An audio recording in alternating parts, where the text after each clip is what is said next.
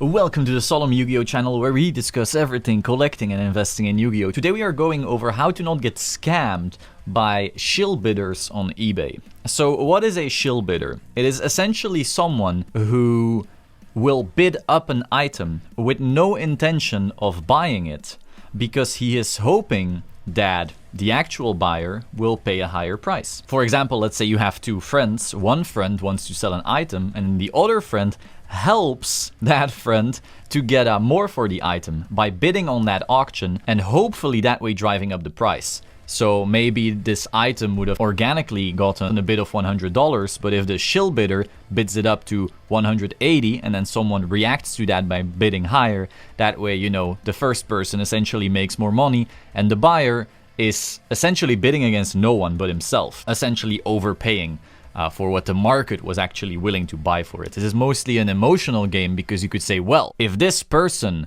was willing to go that high, it is worth that much. I guess, but still, no one else was maybe willing to go that high, and so that person shouldn't have had to pay that much. So still, it is artificially creating demand that wasn't really there. So a really good example of this right here, this Curse of Dragon, LOB PSA 9 first edition North American. I saw this, I was like, wow, there's only 2 hours left and it's only at $130. I will gladly buy this at that price and also way above. However, I already know that last minute this will go way up and not because of organic demand. So this is how you actually check out if something like that isn't happening. So right here we see 7 bids.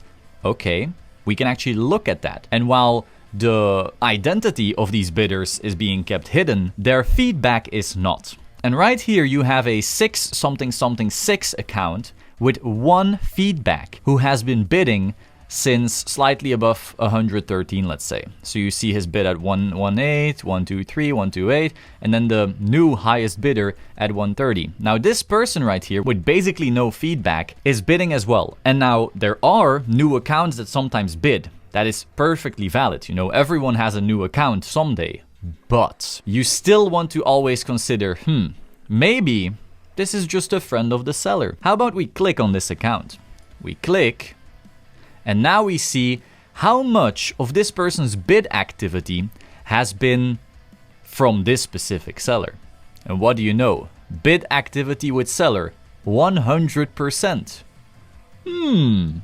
That is interesting. Items he has bid on is 2. He has only bid on 2 items. So that means this Curse of Dragon and 1 other card. But both of those items were from this specific seller. Now, I will say, that doesn't necessarily mean that this is a shill bidding account for this particular seller. Sometimes it's perfectly valid that someone made a new account. He's just new to this hobby. He is bidding on a particular item. He goes to the account of the seller and sees, oh, cool, there's another card. I'm also going to bid on that other one because I'm interested in both. That can happen. So this is not me talking shit on this or this particular seller, because we technically cannot know. We're not supposed to do witch hunts just off that hunch. But oftentimes, it will get more over the top and you will notice, oh, this person has bid on 12 things already and all 12 were from the same seller over 2 months.